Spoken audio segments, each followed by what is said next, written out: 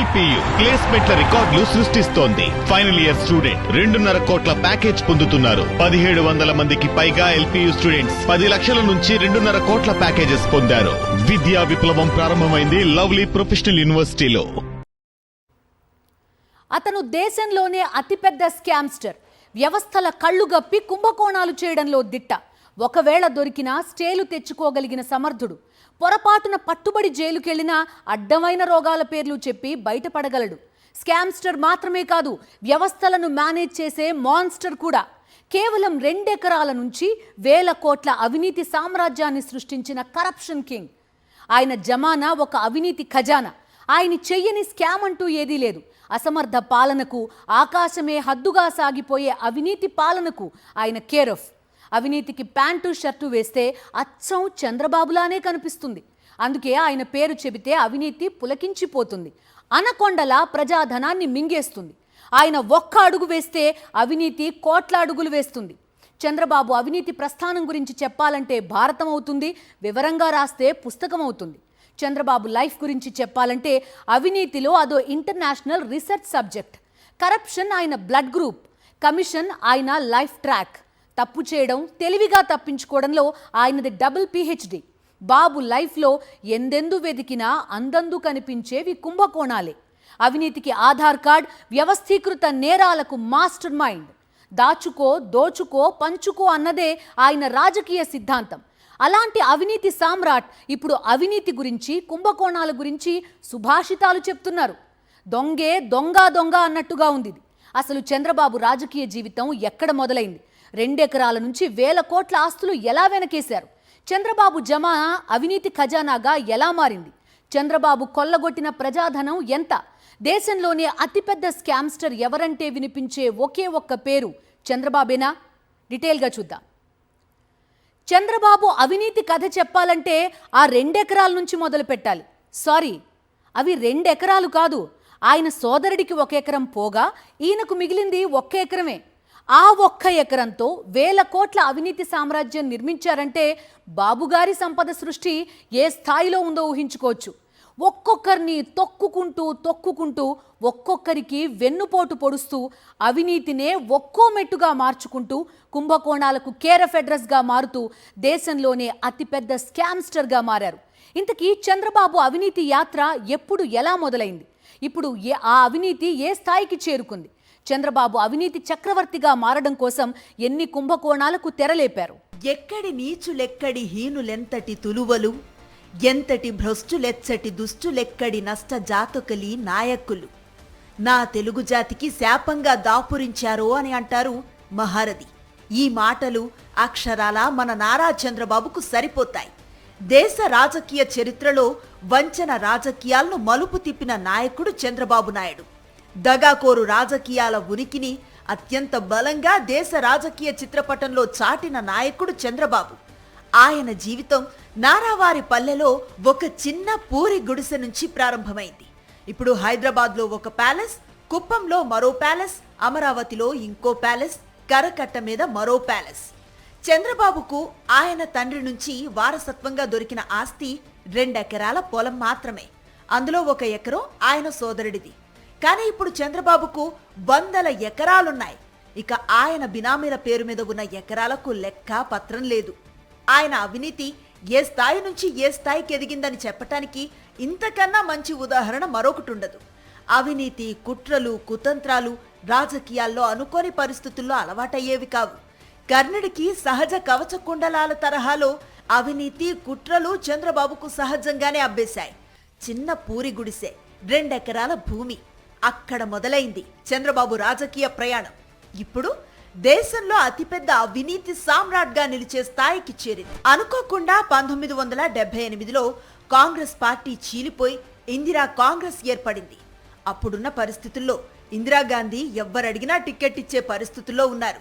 ఆ విధంగా నారావారు టికెట్ను సంపాదించి ఆమె ప్రభంజనంలో ఎమ్మెల్యేగా గెలిచారు. అప్పుడు అతని నెల జీతం 350 రూపాయలు.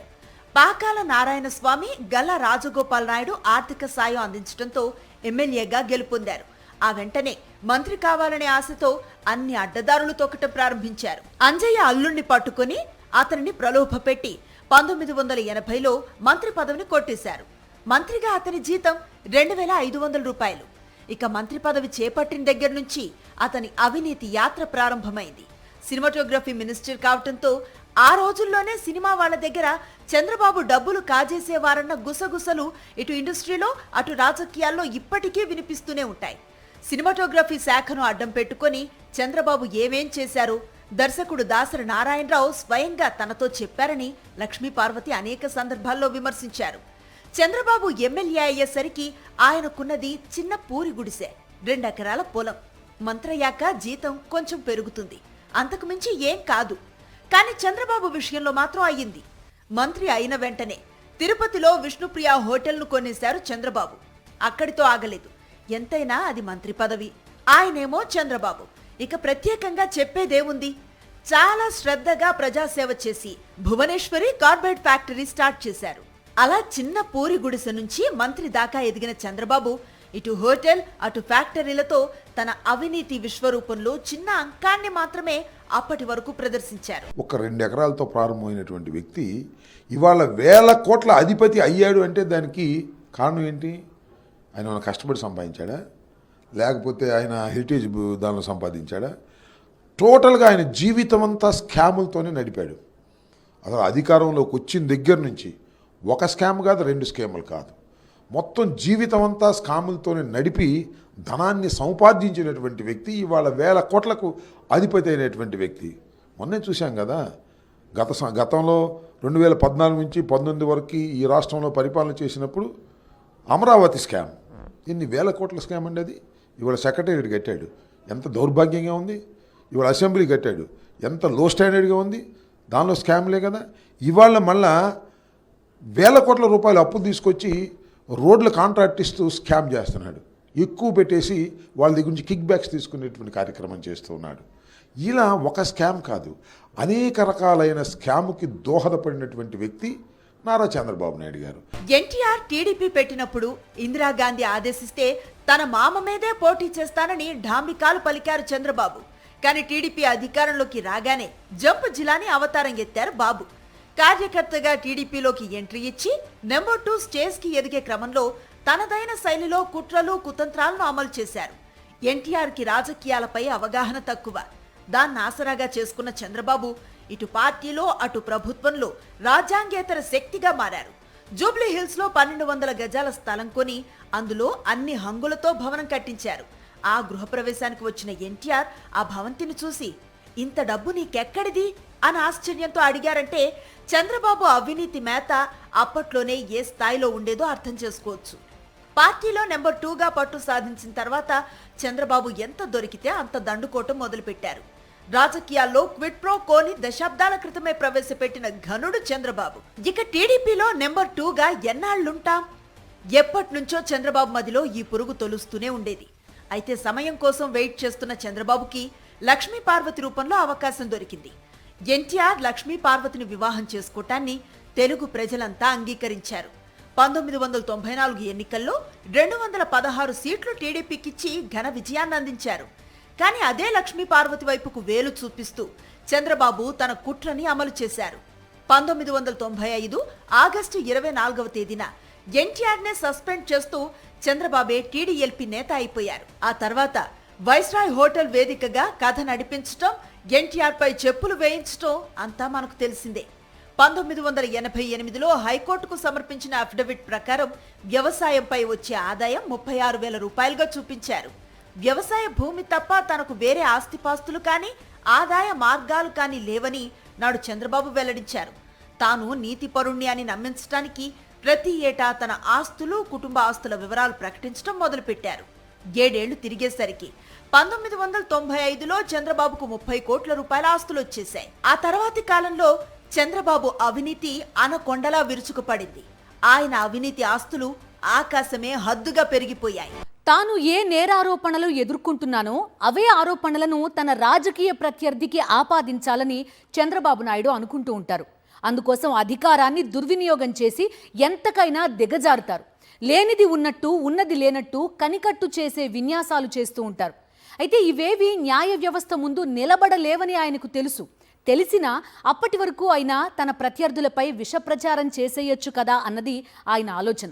తన హయాంలో లిక్కర్ స్కామ్కి పాల్పడి దొరికిపోయిన చంద్రబాబు ఆ కేసు నుండి బయటపడే దారి లేక తన రాజకీయ ప్రత్యర్థులపై అవే ఆరోపణలతో అక్రమ కేసులు బనాయించి వేధిస్తున్నారు.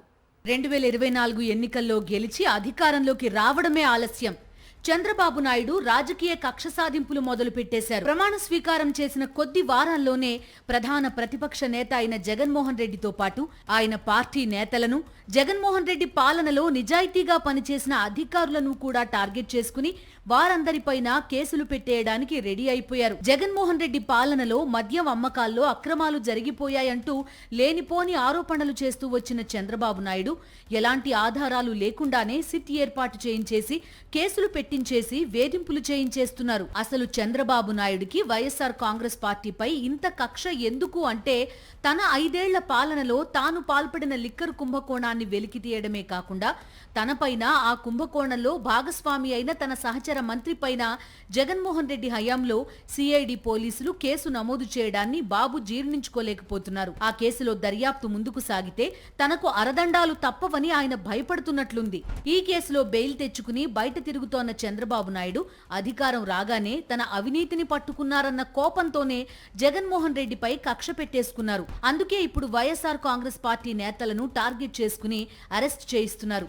ఈ కేసులేవీ కూడా న్యాయస్థానాల ముందు నిలబడేవి కావని చంద్రబాబుకు తెలుసు. అయినా అప్పటి వరకు ఆయన వైఎస్ఆర్ కాంగ్రెస్ పార్టీని అప్రతిష్ట పాలు చేయొచ్చన్న కుట్రతోనే చంద్రబాబు అధికార దుర్వినియోగానికి పాల్పడుతున్నారని విపక్ష నేతలు ఆరోపిస్తున్నారు. అసలు చంద్రబాబు నాయుడి హయాంలో ఏం జరిగింది, లిక్కర్ వ్యాపారంలో బాబు విధానాలు ఎలా ఉండేవి అన్నవి తెలుసుకుంటే మద్యం వ్యాపారాన్ని అడ్డుపెట్టుకుని చంద్రబాబు నాయుడి పార్టీ నేతలు ఎలా మాఫియాగా అవతరించి వేల కోట్లు నొల్లుకున్నారో అర్థమవుతుంది. 2014లో ముఖ్యమంత్రి అయిన చంద్రబాబు నాయుడు లిక్కర్ బిజినెస్ ని తమ పార్టీ నేతలకి ఒక ప్రధాన ఆదాయ వనరుగా మార్చేయాలని అనుకున్నారు. అందుకోసం మద్యం వ్యాపారం ద్వారా ప్రభుత్వ ఖజానాకు రావలసిన ఆదాయానికి గండికొట్టి తమ పార్టీ నేతలు అనుచరుల సొంత ఆస్తులు పెంచుకునేలా విధానాలు మార్చేశారు. ఈ క్రమంలో ప్రజలను తాగుబోతులను చేయడమే అజెండా అన్నట్టు మద్యం అమ్మకాలు విచ్చలవిడిగా పెంచిపారేశారు. ఎక్కడ పడితే అక్కడ వైన్ షాపులకు అనుమతిచ్చేశారు. ఆ షాపులు కూడా లాటరీ పద్ధతి ముసుగులో తమ పార్టీ నేతలకే అందేలా పావులు కదిపారు. బడి గుడి అని తేడా లేకుండా వైన్ దుకాణాలు తెరిపించేశారు. ఈ క్రమంలో ఏకంగా 4380 వైన్ షాపులకు గ్రీన్ సిగ్నల్ ఇచ్చారు. మరో 4380 పర్మిట్ రూమ్లకు తలుపులు తెరిచారు. అక్కడితో ఆగకుండా గ్రామాన వీధిన మద్యం అందుబాటులో ఉంచేలా 43,000కు పైగా బెల్ట్ షాపులకు సై అన్నారు. ఈ అమ్మకాలు కూడా ఒక వేళాపాళా లేకుండా అర్ధరాత్రి అపరాత్రి కూడా మద్యం దొరికేలా చేసి ప్రభుత్వమే ప్రజల చేత బలవంతంగా మద్యం తాగించినట్టు మద్యం వ్యాపారాన్ని ప్రోత్సహించారు. ఒక విధంగా చంద్రబాబు హయాంలో ప్రభుత్వమే లిక్కర్ మాఫియాగా అవతరించింది. ఎందుకంటే ప్రభుత్వంలో ఉన్న పెద్దలే మెజారిటీ వైన్ షాపులను తమ వారికి ఇప్పించుకున్నారు. సో మద్యం వ్యాపారులది ప్రభుత్వానిది ఒకే మాట ఒకే బాట అన్నట్టు వ్యవహారాలు నడిపించేసి ప్రభుత్వ ఆదాయానికి గండికొట్టారు. కేవలం 5 డిస్టిలరీలే బాబు హయాంలో ఇంచుమించు 70% మద్యాన్ని సరఫరా చేశాయి. ప్రపంచంలో ఎక్కడా లేని విధంగా చంద్రబాబు హయాంలో మద్యం సరఫరాదారులకు ఏకంగా అడ్వాన్స్ పేమెంట్స్ చేసేవారు. తమకు ముడుపులు చెల్లించిన డిస్టిలరీల నుంచే మద్యాన్ని సేకరించేవారు. అప్పట్లో మద్యం షాపులను నిర్వహించే ప్రైవేటు వ్యక్తులే ఆన్లైన్ ఇండెంట్ల ద్వారా కొన్ని రకాల బ్రాండ్లను మాత్రమే సేకరించేవారు. బాబు హయాంలో ఆర్థిక శాఖను కనీసం సంప్రదించకుండానే బార్లు, వైన్ షాపులపై విధించే ప్రివిలేజ్ ఫీజును ఏకపక్షంగా రద్దు చేసి ప్రైవేటు వ్యాపారులకు లబ్ధి చేకూర్చారు. దీనివల్ల ప్రభుత్వానికి ఏటా 1300 కోట్ల రూపాయల మేర నష్టం వాటిల్లింది. 5 ఏళ్ల బాబు పాలనలో 6,500 కోట్లకు పైనే ప్రభుత్వం నష్టపోయింది. ప్రభుత్వ ఆదాయానికి గండిపడింది. ఆ తర్వాత క్విడ్ ప్రోకో కింద డిస్టిలరీల నుంచి టీడీపీ పాలకులకు ముడుపులు అందాయన్న ఆరోపణలు ఉన్నాయి. పైగా ఈ అక్రమాలకు సంబంధించి ప్రభుత్వ సంస్థ అయిన కంట్రోలర్ అండ్ ఆడిటర్ జనరల్ నివేదికే చంద్రబాబు ప్రభుత్వంపై అక్షింతలు వేసింది. ఇక వేలాది బెల్ట్ షాపుల్లోనూ పర్మిట్ రూమ్స్లోనూ ఎంఆర్పీ కన్నా ఎక్కువ ధరలకు మద్యాన్ని విక్రయించినా నాటి బాబు ప్రభుత్వం పట్టించుకోలేదు. ఆ అదనపు ఆదాయం పచ్చ సిండికేట్ జేబుల్లోకి వెళ్లిపోయింది.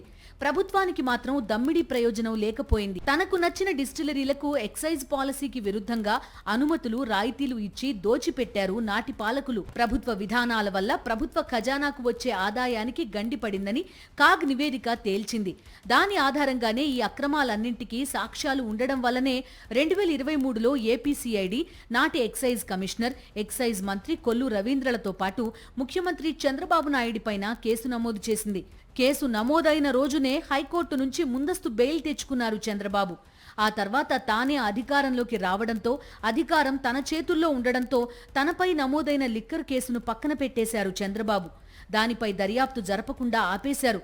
తన అవినీతిపై దర్యాప్తు జరగకూడదు, తన అక్రమాలను బయటపెట్టిన వైఎస్ఆర్ కాంగ్రెస్ పార్టీని ఎలాగైనా సరే వేధించాలి.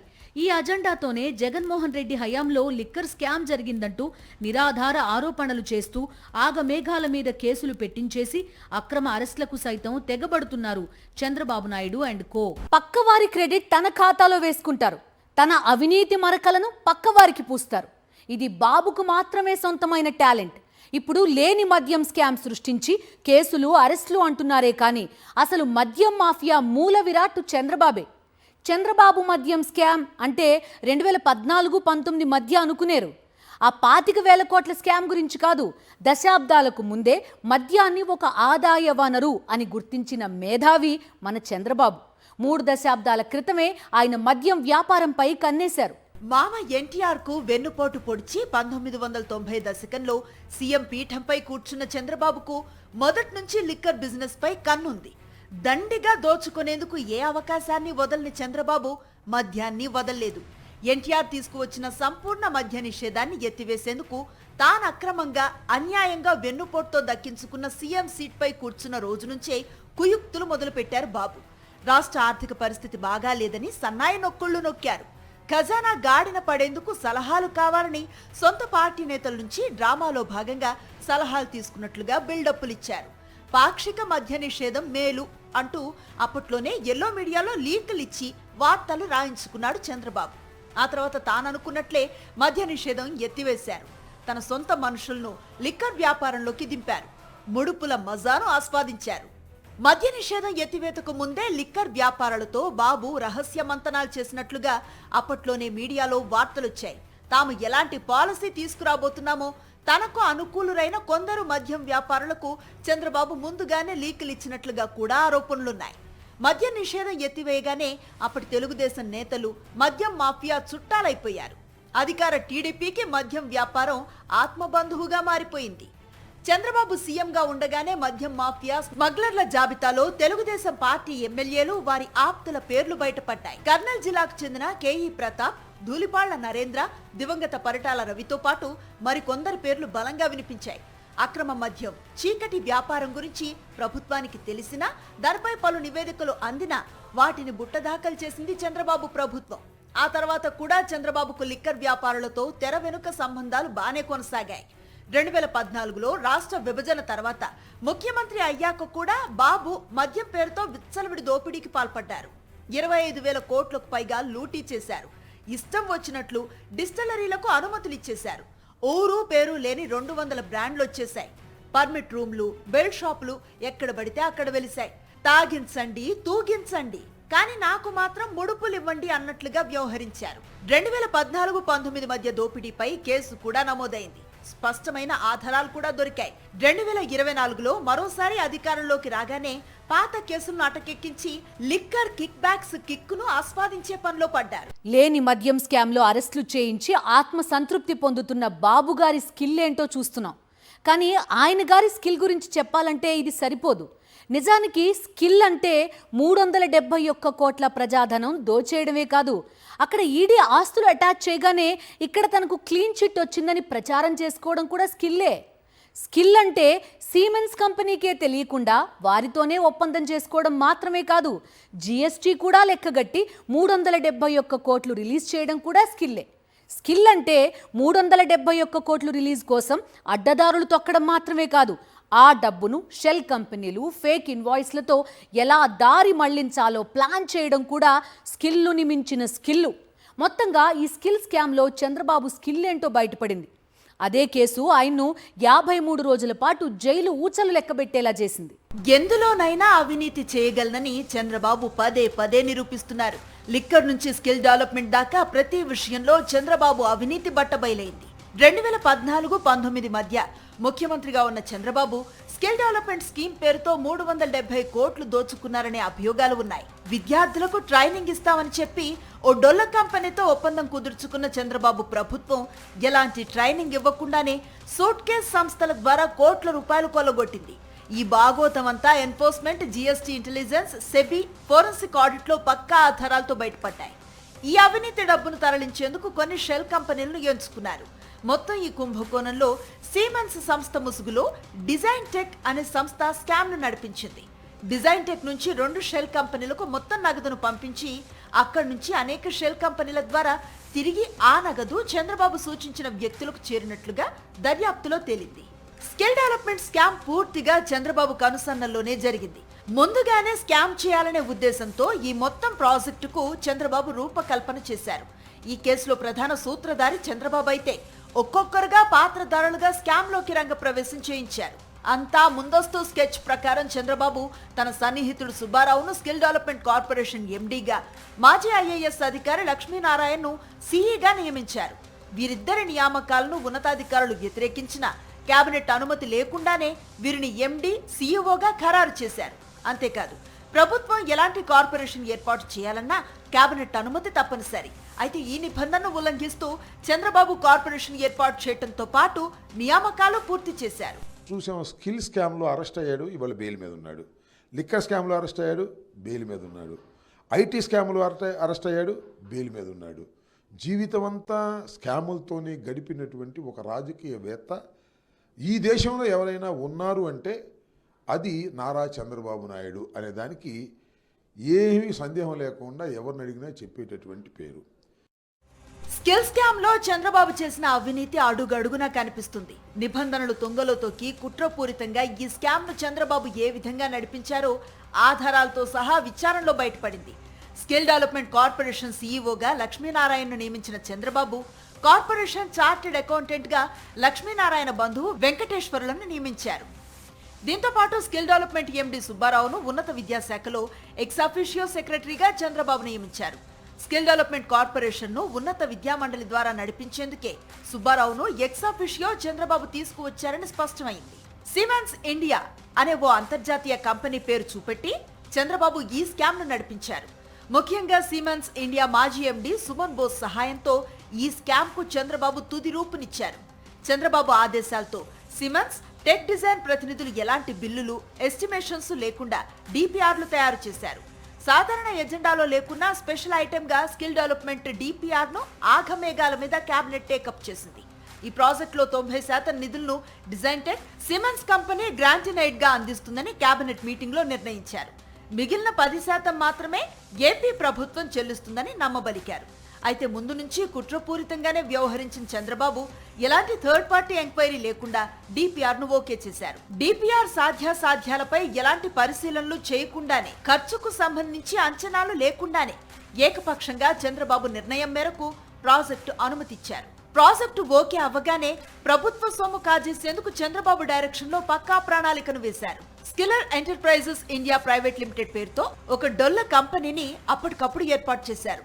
స్కిల్ కార్పొరేషన్ తో ఒప్పందం కుదిరిన కొద్ది రోజులకే 2015 మార్చి 30న స్కిల్లర్ కంపెనీని ఏర్పాటు చేసినట్లుగా రిజిస్టర్ ఆఫ్ కంపెనీస్ డేటా స్పష్టం చేస్తోంది. న్యూఢిల్లీ కేంద్రంగా ప్రతీక్ రమన్ భాయ్ పటేల్, అబ్దుల్ రఫుల్ హై కేవలం ₹1,00,000 మూలధనంతో స్కిల్లర్ ఎంటర్ప్రైజెస్ ను ఏర్పాటు చేశారు. అప్పటి వరకు ఎటువంటి అనుభవం లేని ఈ కంపెనీకి ఏకంగా 241.49 కోట్ల విలువైన హార్డ్వేర్ పరికరాలను సరఫరా చేసే కాంట్రాక్టును అప్పగించారు. 717 దొంగ ఇన్వాయిస్లు సృష్టించి వాటి ద్వారా డబ్బులు కొట్టేశారు. స్కిల్లర్ కంపెనీ 2016-17 ఆర్థిక సంవత్సరంలో ఈ స్కిల్ ల్యాబ్స్ కు 241.49 కోట్ల విలువైన హార్డ్వేర్ పరికరాలను సరఫరా చేసి డబ్బులు తీసుకున్నట్లుగా దొంగ రికార్డులు సృష్టించారు. కానీ ఆ వివరాలు ఎక్కడా ఆ కంపెనీ అకౌంట్స్ లో చూపించలేదు.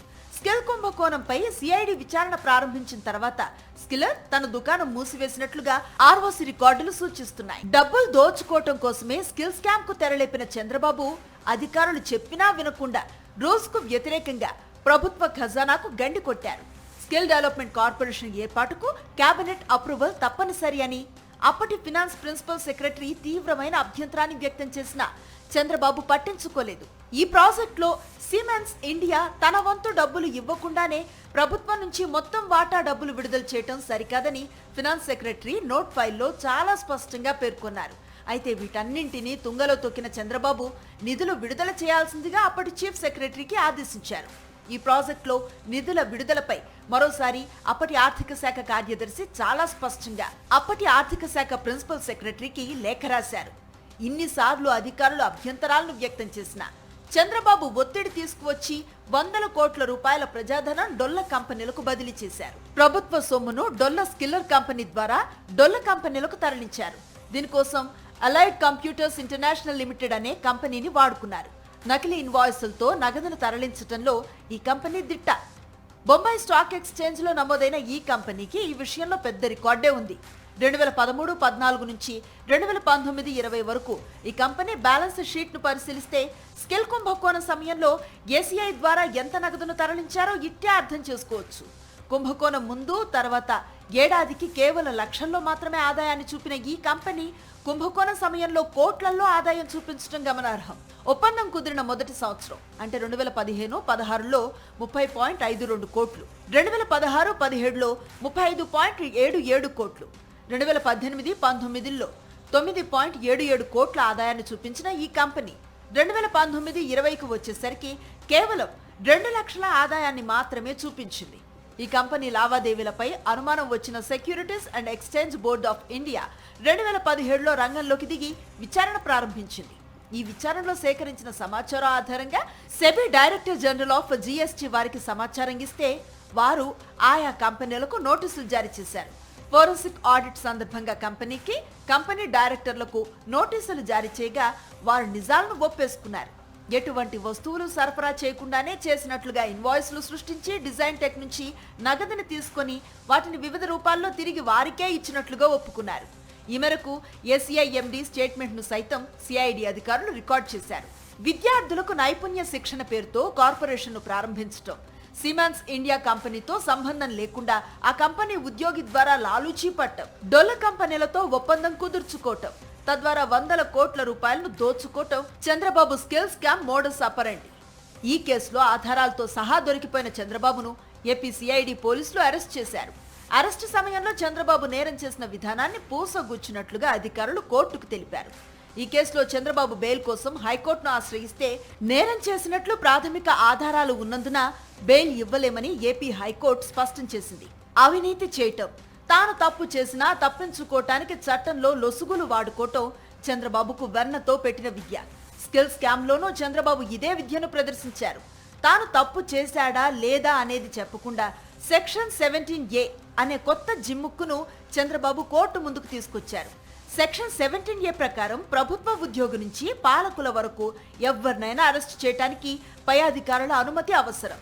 ఇదే టెక్నికల్ అంశం తీసుకువచ్చి అనారోగ్య కారణాలను కోర్టుకు నివేదించుకున్న చంద్రబాబు స్కిల్ స్కామ్ లో బెయిల్ తెచ్చుకున్నారు. చంద్రబాబు చేసిన వందల అవినీతి కేసుల్లో స్కిల్ స్కామ్ కు ఓ ప్రత్యేకత ఉంది. ఎందుకంటే ఈ కేసులో చంద్రబాబు అరెస్ట్ అయి 53 రోజుల పాటు జైల్లోనే ఉన్నారు. ఇప్పటికీ ఈ కేసులో చంద్రబాబు మెడపై జైలు కత్తి వేలాడుతూనే ఉంది. దేశంలోనే అతిపెద్ద భూ కుంభకోణం ఏదంటే మొదటగా వినిపించే పేరు అమరావతి. అమరావతిలో తాత్కాలిక భవనాల నిర్మాణంలోనూ చంద్రబాబు లంచాలు మెక్కారు. షాపూర్జీ సంస్థ నుంచి 100 కోట్లు కొట్టేసినట్టు ఇన్కమ్ ట్యాక్స్ డిపార్ట్మెంట్ విచారణలో బయటపడింది. పిఏ శ్రీనివాసరావు ద్వారా కోడ్ భాషలో చంద్రబాబు నొక్కేసిన డబ్బులకు లెక్క చెప్పాలని ఐటీ శాఖ నోటీసులు సైతం జారీ చేసింది. అమరావతి ముసుగులో తాత్కాలిక భవనాల నిర్మాణాల్లో అడ్డంగా దోచేసిన చంద్రబాబు పేదల ఇళ్ల నిర్మాణాన్ని వదల్లేదు. వేల కోట్ల రూపాయల విలువైన కాంట్రాక్టులను ఒకే నిర్మాణ రంగ సంస్థకు అప్పగించి భారీ మొత్తంలో దోపిడీకి వేసిన పథకం ఆదాయ పన్ను శాఖ జారీ చేసిన 46 పేజీల నోటీసుల్లో బయటపడింది. తాత్కాలిక భవన నిర్మాణాల్లో డొల్ల కంపెనీల పేరుతో వందల కోట్లు స్వాహా చేయడంతో పాటు ఈడబ్ల్యూఎస్ పథకం కింద పేదల ఇంటి నిర్మాణాల్లో ముడుపులు తీసుకునేందుకు ప్రణాళికను వేశారు. ఇదే విషయాన్ని షాపూర్జీ ప్రతినిధి మనోజ్ వాసుదేవ్ పార్థసాని 2019 నవంబర్ 5న ముంబైలో ఇచ్చిన స్టేట్మెంట్లో వెల్లడించారు. ఈ వాంగ్మూలం ఆధారంగా చంద్రబాబు పిఏ పెండ్యాల ఇంట్లో సోదాలు నిర్వహించిన ఇన్కమ్ ట్యాక్స్ డిపార్ట్మెంట్ చంద్రబాబుకు వ్యతిరేకంగా తిరుగులేని ఆధారాలను సేకరించింది. చంద్రబాబు తాత్కాలిక భవనాల నిర్మాణం కోసం ఏ విధంగా ముడుపులు తీసుకున్నారో ఆధారాలతో సహా నోటీసులు జారీ చేసింది. అమరావతిలో తాత్కాలిక సచివాలయ భవనాలతో పాటు రాష్ట్రంలో వివిధ నిర్మాణాలకు సంబంధించి 2018 డిసెంబర్ నాటికి 8,000 కోట్ల రూపాయల విలువైన కాంట్రాక్టులను షాపూర్జీ సంస్థకు చంద్రబాబు ప్రభుత్వం అప్పగించింది. ఇందులో ఈడబ్ల్యూఎస్ హౌసింగ్ ప్రాజెక్టు కింద 7,000 కోట్ల విలువైనవి కర్నూలు, గుంటూరు, అనంతపురం, పశ్చిమ గోదావరి జిల్లాల్లో ఉన్నాయి. అమరావతిలో మరో 700 కోట్ల హౌసింగ్ ప్రాజెక్టును 2019 ఫిబ్రవరిలో షాపూర్జీ సంస్థకు కేటాయించారు. అయితే ఈ కేటాయింపుల తర్వాత బిల్లులు క్లియర్ చేసేందుకు తమకు ముడుపులు ఇవ్వాలని చంద్రబాబు డిమాండ్ చేసినట్లుగా షాపూర్జీ సంస్థ ప్రతినిధి మనోజ్ వాసుదేవ్ ఇన్కమ్ ట్యాక్స్ కు తెలిపారు. చంద్రబాబు తనను ఇంటికి పిలిచి పిఎస్ శ్రీనివాస్ తో టచ్ లో ఉండాలని చెప్పారని, అంతేకాకుండా పార్టీ ఫండ్ రూపంలో కాకుండా డొల్ల కంపెనీల ద్వారా నగదు ఇవ్వాలని కోరినట్లుగా మనోజ్ వాసుదేవ్ తెలిపారు. మనోజ్ పార్థసాని చంద్రబాబు నాయుడికి చెందిన వ్యక్తిగత కార్యదర్శి పి శ్రీనివాస్ తో 2016 నుంచి సంబంధాలను కొనసాగిస్తూ వస్తున్నారు. అంతేకాకుండా చంద్రబాబు నాయుడికి డబ్బులు ఇవ్వాల్సి ఉంటుందని శ్రీనివాస్ తనను అడిగినట్లుగా కూడా మనోజ్ వాసుదేవ్ అప్పట్లో వెల్లడించారని ఐటీ తెలిపింది. మనోజ్ వాసుదేవ్ పార్థసాని 2017 నుంచి షాపూర్జీ పల్లోంజీ సంస్థ పాల్గొనే టెండర్ల ప్రక్రియలో చురుగ్గా ఉంటున్నారు. ఆ సంస్థ తరపున ఈయనే మధ్యవర్తిగా వ్యవహారాలు నడిపేవారు. ఆయనకు చెందిన మనోజ్ పార్థసాని అసోసియేట్స్ కార్యాలయంలో 2019లో ఐటీ శాఖ అధికారులు జరిపిన సోదాల్లో చంద్రబాబు నాయుడు గుట్టుగా సాగించిన అవినీతి బయటపడింది. బోగస్ కాంట్రాక్టులు, వర్క్ ఆర్డర్ల పేరుతో షాపూర్జీ పల్లోంజీ నుంచి భారీ ఎత్తున నగదును తరలించినట్లుగా మనోజ్ వాసుదేవ్ అంగీకరించారని కూడా గతంలో ఐటీ శాఖ తన నివేదికలో వెల్లడించింది. సోదాల సమయంలో కొన్ని మెసేజ్లు, వాట్సాప్ చాటింగ్స్, ఎక్సెల్ షీట్స్ ను మనోజ్ వాసుదేవ్ నుంచి స్వాధీనం చేసుకున్నారు. అందులో కొన్ని ప్రముఖ నిర్మాణ రంగ కంపెనీల నుంచి నగదును అక్రమంగా తరలించినట్లుగా తెలిసింది. ఎటువంటి పనులు చేయకుండానే షాపూర్జీ పల్లోంజీ నుంచి వివిధ ప్రాజెక్టులు చేసినట్లుగా షెల్ కంపెనీల ద్వారా నకిలీ బిల్లులు పెట్టి ఆయా కంపెనీలకు నగదును తరలించారు. ఈ విషయాన్ని 2019 నవంబర్ 1న ఇచ్చిన స్టేట్మెంట్లో కూడా మనోజ్ పార్థసాని తెలియజేశారు. కేవలం షాపూర్జీ పల్లోంజీయే కాకుండా ఎల్ఎన్టీ వంటి ఇన్ఫ్రా కంపెనీల నుంచి ఫోనిక్స్ ఇన్ఫ్రా, పోర్ట్ ట్రేడింగ్ వంటి షెల్ కంపెనీలకు నకిలీ బిల్లుల ఆధారంగా నగదును తరలించినట్లుగా ఐటీ శాఖకు అర్థమైంది. ఈ విషయాలన్నీ వివరిస్తూ ఆ డబ్బుకు లెక్కలు చెప్పాలని, అవి ఎలా వచ్చాయో తెలియచేయాలని బాబుకు ఐటీ శాఖ నోటీసులు ఇచ్చింది. శ్రీనివాస్ నుంచి చంద్రబాబు నాయుడుకు నగదు చేరినట్లుగా ధృవీకరించే ఆధారాలను, నేరాన్ని ధృవపరిచే వివిధ సందేశాలు, చాట్లు, ఇంకా ఎక్సెల్ షీట్స్ ను సైతం సెర్చ్ ఆపరేషన్ లో స్వాధీనం చేసుకున్నట్లుగా ఇన్కమ్ ట్యాక్స్ తెలిపింది. సబ్ కాంట్రాక్టుల ముసుగులో డొల్ల కంపెనీలు హయగ్రీవా, అన్నై, షెలక ద్వారా అక్రమంగా నగదు చంద్రబాబుకు తరలిందని ఇన్కమ్ ట్యాక్స్ విచారణలో తేలింది. వినయ్ నంగాలియా, విక్కీ జైన్, అంకిత్ బలదూత అనేవారు ఈ ముడుపుల తరలింపులో కీలక పాత్రను పోషించినట్లుగా మనోజ్ వాసుదేవ్ పార్థసాని తన వాంగ్మూలంలో వెల్లడించాడు. వీరంతా బోగస్ కాంట్రాక్టుల ద్వారా నగదును చంద్రబాబు పిఎస్ శ్రీనివాస్ కు చేరవేసినట్లుగా ఇన్కమ్ ట్యాక్స్ నోటీసుల్లో స్పష్టం చేసింది. ఈ మొత్తాన్ని ఏపీలో వివిధ ప్రాంతాలతో పాటు దుబాయ్లో దినార్ల రూపంలో చెల్లించినట్లుగా మనోజ్ వాసుదేవ్ ఐటీ శాఖకు తెలిపాడు. ఈ చెల్లింపులకు సంబంధించి ఎక్సెల్ షీట్స్ ని ఐటీ అధికారులు స్వాధీనం చేసుకున్నారు. హైదరాబాద్ లో నగదు బదిలీకి కోడ్ భాషలో హెచ్వైడి అని అందులో ఉంది. విజయవాడకు విజయ్ అని, విశాఖకు విష్ అని, బెంగళూరుకు బాంగ్ అని కూడా కోడ్ పెట్టినట్లుగా విచారణలో స్పష్టమైంది. ఐటీ శాఖ నోటీసులు జారీ చేసిన ప్రతిసారి చంద్రబాబు పొంతన లేని వాదనలు తీసుకువచ్చి తప్పించుకునే ప్రయత్నం చేశారు. హైదరాబాద్ సెంట్రల్ సర్కిల్ కి అసలు విచారణ పరిధి లేదని ఓసారి, జ్యూరిస్డిక్షన్ అసెసింగ్ అధికారి ఈ కేసును సెంట్రల్ ఆఫీస్ కు బదిలీ చేయకుండానే నోటీసులు ఇచ్చారని మరోసారి, అసలు ఐటీ దాడుల్లో సీజ్ చేసిన వివరాలు తనకు తెలియలేదని, అందులో తన పేరెక్కడా లేదని, ఇలా వరుసగా అభ్యంతరాలు వ్యక్తం చేస్తూ దర్యాప్తు అడుగు ముందుకు పడకుండా కేసును సాగదీసే ప్రయత్నం చేశారు బాబు. చంద్రబాబు అసంబద్ధ వాదనలు కట్టిపెట్టి ముడుపుల రూపంలో తీసుకున్న 118 కోట్లకు సంబంధించి లెక్కలు చెప్పి తీరాల్సిందేనని ఐటీ శాఖ తేల్చి చెప్పింది. సబ్ కాంట్రాక్టుల ముసుగులో దొంగ ఇన్వాయిస్లు సృష్టించి నగదును అక్రమంగా తరలించినట్లుగా తమ వద్ద తిరుగులేని సాక్ష్యాలు ఉన్నాయని, చట్ట ప్రకారం విచారించే అధికారం ఉన్నందున లెక్కల్లో చూపని 118 కోట్లకు సమాధానం చెప్పాల్సిందేనని ఐటీ శాఖ స్పష్టం చేసింది. చంద్రబాబు 2022 అక్టోబర్ నుంచి ఇన్కమ్ ట్యాక్స్ అధికారులకు లేఖల మీద లేఖలు రాస్తూ ఎప్పటికప్పుడు దర్యాప్తును అడ్డుకున్నారు. బాబు ప్రతిసారి వ్యక్తం చేస్తున్న అభ్యంతరాలను ఐటీ శాఖ తోసిపుచ్చుతూ సహనంగా సమాధానాలు ఇచ్చింది. ముందుగా 118 కోట్లకు లెక్కలు చెప్పాలంటూ పూర్తి సాక్ష్యాధారాలతో మరోసారి సెక్షన్ 153C కింద నోటీసులు జారీ చేసింది.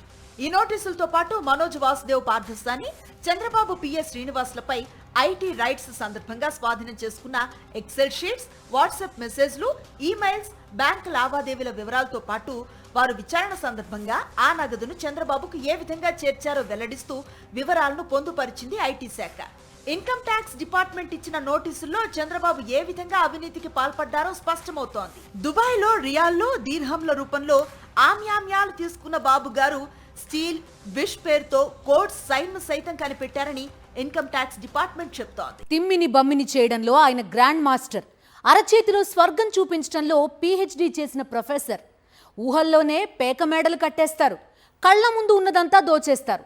అమరావతిలోనూ మరోసారి తన బ్లాక్ మ్యాజిక్ ని కళ్ళకు గట్టారు చంద్రబాబు. అక్కడి ప్రభుత్వ భూములను కాజేసిన తీరు చూస్తే అవినీతిలో ఆయనకు ఆయనే సాటి అని చెప్పక తప్పదు. బాబుగారి దయతో రూపాయి ఖర్చు లేకుండా 1 కాదు 2 కాదు ఏకంగా 328 ఎకరాలు కొల్లగొట్టింది ఎల్లో గ్యాంగ్. అమరావతి మన రాజధాని అని జనానికి చెప్పే మాట, కానీ అది మన పాలటి కల్పవృక్షం. ఇది తన బినామీలకు బాబు చెప్పిన మాట. ఒక్కసారి కాదు, దశల వారీగా దోచుకుంటూ తమ అవినీతి ఆకలిని తీర్చుకోవటానికి పక్కా ప్లాన్ చేసి అడ్డంగా దొరికిపోయారు చంద్రబాబు. అసలేం జరిగిందో తవ్వితే మైండ్ బ్లాంక్ అయ్యే విషయాలు వెలుగు చూశాయి. బాబును అవినీతి మాస్టర్ మైండ్ అని ఎందుకంటారో మరోసారి చాటి చెప్పాయి. 2014-19 మధ్య అధికారంలో ఉన్నప్పుడు అమరావతి పేరిట చంద్రబాబు అండ్ గ్యాంగ్ చేసిన మాయాజాలం అంతా ఇంతా కాదు. ఓవైపు బలవంతంగా భూములు లాక్కుంటూ, మరోవైపు రైతులే స్వచ్ఛందంగా భూములు ఇచ్చారంటూ డ్రామాలాడారు.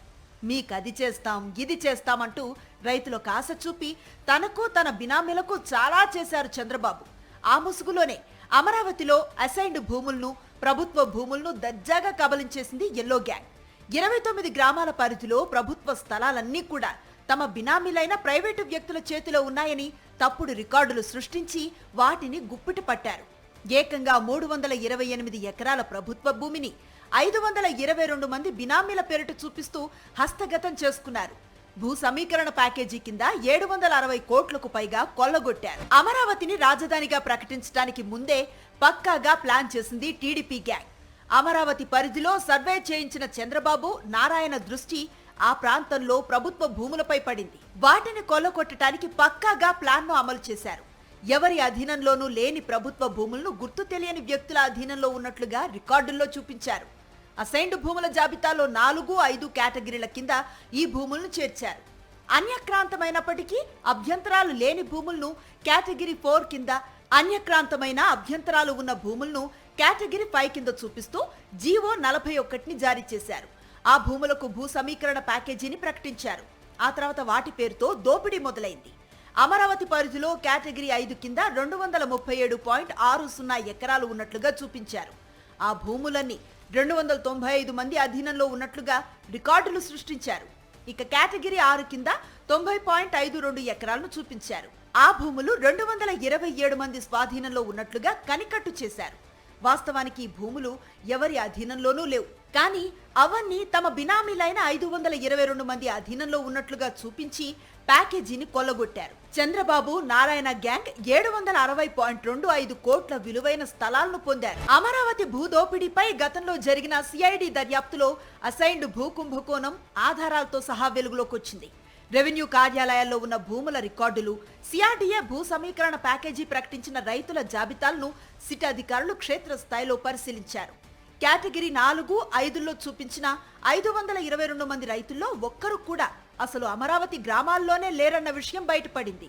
భూ సమీకరణ ప్యాకేజీ కింద రాజధానిలో అత్యంత విలువైన స్థలాలను కొల్లగొట్టేందుకే చంద్రబాబు ముఠా ఈ పన్నాగానికి పాల్పడ్డట్లుగా ఆధారాలతో సహా నిర్ధారణ అయింది. భూసేకరణలో బినామీల పేరుతో 100 కోట్లు కాజేసిన బాబు గారి ఆశ తగ్గలేదు.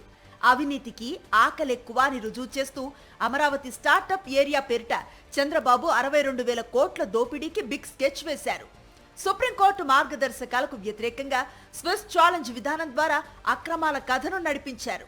గ్లోబల్ టెండర్లు పిలవకుండా రాజధానిలో అతి కీలకమైన 1691 ఎకరాల స్టార్టప్ ఏరియా అభివృద్ధి ప్రాజెక్టును సింగపూర్లో తన బినామీ కంపెనీకి కట్టబెట్టారు. ప్రజల సొమ్ముతో మౌలిక సదుపాయాలు కల్పిస్తే వాటిపై పెత్తనం ప్రైవేటు కంపెనీకి కట్టబెట్టేలా ప్లాన్ చేశారు. రాజధాని నిర్మాణం తర్వాత ఏకంగా 66,000 కోట్లు దిగమింగేలా కుట్ర పన్నారు. సింగపూర్కు చెందిన అసెండాస్ కంపెనీతో ఒప్పందాన్ని కుదుర్చుకున్నారు. మొదట సింగపూర్ ప్రభుత్వంతో ఒప్పందం అని నమ్మించారు. కానీ చివరికి తనకు సన్నిహితుడైన అప్పటి సింగపూర్ మంత్రి ఈశ్వరన్ ద్వారా ప్రైవేటు కంపెనీ అసెండాస్ ను తెరపైకి తెచ్చారు. పక్కా ప్లాన్ తో ఫ్యూచర్ లో 1,000 కోట్లు కొల్లగొట్టేలా కథను నడిపించారు Chandrababu and co. Startup area పేరిట 1691 ఎకరాల్లో 371 ఎకరాల్లో రాష్ట్ర ప్రభుత్వం 5,500 కోట్లతో మౌలిక సదుపాయాలను కల్పిస్తుంది. సింగపూర్ కన్సార్షియం అసెండాస్ కు ప్రభుత్వం 250 ఎకరాలను ఉచితంగా ఇస్తుంది. వేలం ద్వారా విక్రయిస్తారు. మిగిలిన 1,070 ఎకరాలను ప్లాట్లుగా విభజించి వేలం ద్వారా విక్రయిస్తారు. అంటే కన్సార్షియం అధీనంలో 1,320 ఎకరాలుంటుంది. నిధులు సమకూర్చే రాష్ట్ర ప్రభుత్వానికి అందులో 42% వాటా. కేవలం పర్యవేక్షించే సింగపూర్ కంపెనీకి 58% వాటా దక్కేలా ఒప్పందం చేసుకున్నారు. అసలు ఏ పని చేయని అసెండాస్ కు 250 ఎకరాలు ఉచితంగా కట్టబెట్టడం ఓ మోసం. ఇక మిగిలిన దాంట్లోనూ 58% వాటా కట్టబెట్టడం మరో బరి తెగింపు. అంటే సొమ్ము జనంది, సోకు బాబు బినామీలది, భూమి మనది, ఖర్చు పెట్టేది మనం, కానీ దానిలో వాటా మాత్రం బాబు బినామీలది. మోసాలు చేయటంలో ఆరితేరిపోయిన చంద్రబాబు దీనికి న్యాయపరమైన ఇబ్బందులు రాకుండా లండన్ కోర్టులో అంటూ మెలికి పెట్టారు. పైగా ప్రాజెక్టు పర్యవేక్షణకు నియమించిన మేనేజ్మెంట్ కమిటీలో తన ఫ్యామిలీ మెంబర్స్ బినామీలా ఉండేలా జాగ్రత్తలు తీసుకున్నారు. స్టార్టప్ ఏరియాలో ఒక్కో ఎకరా కనీస ధర 4 కోట్లుగా చంద్రబాబు ప్రభుత్వం ప్రకటించింది. అంటే దాని విలువ 4,280 కోట్లుగా నిర్ణయించారు. కానీ స్టార్టప్ ఏరియాను డెవలప్ చేశాక ఒక్కో ఎకరం కనీసం 25 కోట్ల చొప్పున అమ్మేయొచ్చన్నది చంద్రబాబు ఆలోచన. 20 ఏళ్లలో ఎకరా విలువ 50 కోట్లకు చేరుతుందని కూడా అప్పట్లో సీఎం హోదాలో చంద్రబాబే వ్యాఖ్యానించారు. ఆ ప్రకారం చూసినా సింగపూర్ కన్సార్షియం గుప్పిట్లో ఉన్న 1,320 ఎకరాల విలువ 66,000 కోట్లుగా ఉంటుంది. అంటే దోపిడీకి ఏ స్థాయిలో మాస్టర్ స్కెచ్ వేశారో అర్థమవుతుంది. ఈ అవినీతి స్కెచ్ ని గత ప్రభుత్వం విచారించింది. సింగపూర్ ప్రైవేట్ కంపెనీలతో చేసుకున్న ఈ ఒప్పందాన్ని గత ప్రభుత్వం రద్దు చేసింది. చంద్రబాబు అమరావతి కోసం తెచ్చిన సింగపూర్ మంత్రి ఈశ్వరన్ ని ఆయన సొంత ప్రభుత్వమే అవినీతి కేసుల్లో జైలుకు పంపింది. మళ్లీ ఇప్పుడు సింగపూర్ ని అమరావతిలో ఎంటర్ చేసి తమ పాత అవినీతి స్కెచ్ ని అమలు చేసే ప్రయత్నాలు చేస్తోంది చంద్రబాబు ప్రభుత్వం. చంద్రబాబు పదే పదే సంపద సృష్టి అంటే ఆయనేదో రాష్ట్రానికి సంపద సృష్టిస్తారేమోనని అంతా భ్రమపడ్డారు. కానే కాదు, అది ఆయన సొంత సంపద సృష్టి.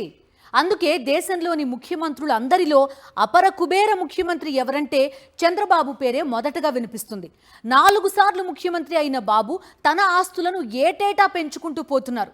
అదే స్థాయిలో రాష్ట్ర అప్పులు కూడా పోటీ పడేలా పెంచుకుంటూ పోతున్నారు. ఆయన హయాంలో రాష్ట్ర ఖజానా ఖాళీ అవుతుంటే ఆయన ఖజానా మాత్రం నిండుకుండలా మారుతోంది. నారా చంద్రబాబు నాయుడు ఇప్పుడు నెంబర్ 1. దేశంలో మరే ముఖ్యమంత్రికి దక్కని అరుదైన రికార్డ్ ఆయన సొంతం.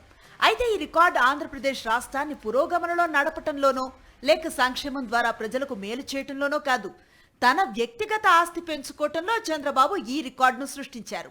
ఏకంగా 931 కోట్ల రూపాయల ఆస్తులతో చంద్రబాబు ఎవరికీ అందనంత ఎత్తుకు ఎదిగిపోయారు. దేశంలో మిగిలిన ముఖ్యమంత్రులందరి ఆస్తులను కలిపినా చంద్రబాబు ఆస్తులు అంతకంటే చాలా ఎక్కువే. తాను విజనరీ అని తనకు తాను సర్టిఫికెట్ ఇచ్చుకునే చంద్రబాబు తన సొంత ఆస్తి పెంచుకోవటంలో ఖచ్చితంగా విజనరీ అని ఒప్పుకోక తప్పదు. అయితే ఇంతటి విజనరీ ఎందుకు రాష్ట్ర ఆదాయం పెంచలేకపోయాడనేదే ఇప్పుడు అందరి మెదళ్లను తొలుస్తున్న ప్రశ్న.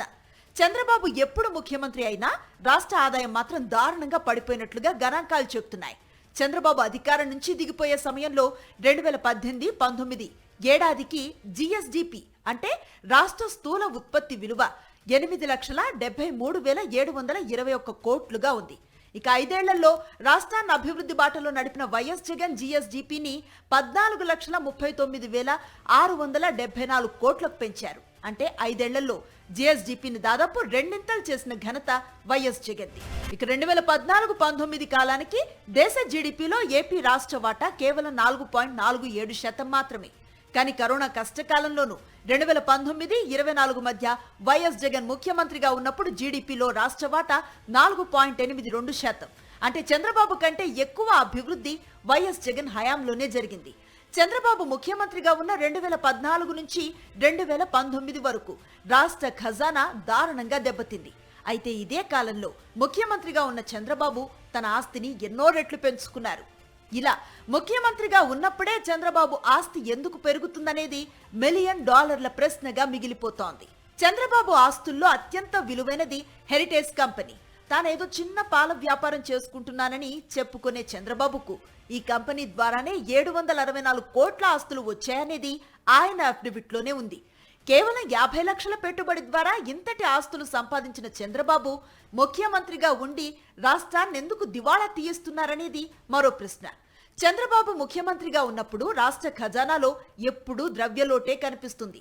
ఉమ్మడి ఆంధ్రప్రదేశ్ ముఖ్యమంత్రిగా చంద్రబాబు పనిచేసిన సమయంలో చూసుకుంటే 1999-2004 వరకు 1000 కోట్ల ద్రవ్యలోటు కొనసాగింది. చంద్రబాబు విజన్ అంటే ఇలా ఉంటుంది. ముఖ్యమంత్రిగా ఉన్న సమయంలో తన ఆస్తులను 100 కోట్లకు పెంచుకున్న చంద్రబాబు రాష్ట్ర ఖజానాను మాత్రం అధోగతి పాలు చేశారు. ఓవైపు రాష్ట్ర ఖజానాకు చిల్లులు పడుతుంటే మరోవైపు చంద్రబాబు వ్యక్తిగత ఆస్తి పెరగటం వెనుక అవినీతి ప్రధాన కారణం అన్న విమర్శలు లేకపోలేదు. ఒక చోట ఆస్తులు పెరిగి మరో చోట తగ్గుతున్నాయంటే ఏం జరుగుతుందో అర్థం చేసుకోవటం అంత కష్టమేం కాదు. ఏదేమైనా నేను విజనరీ అని చెప్పుకునే చంద్రబాబు తన వ్యక్తిగత ఆస్తులను పెంచుకోవటంలో చూపించిన విజన్ అద్భుతం. ఇది ఇవాల్టి స్పెషల్ ఎడిషన్. తర్వాత న్యూస్ అప్డేట్స్ ఉంటాయి. Stay with us.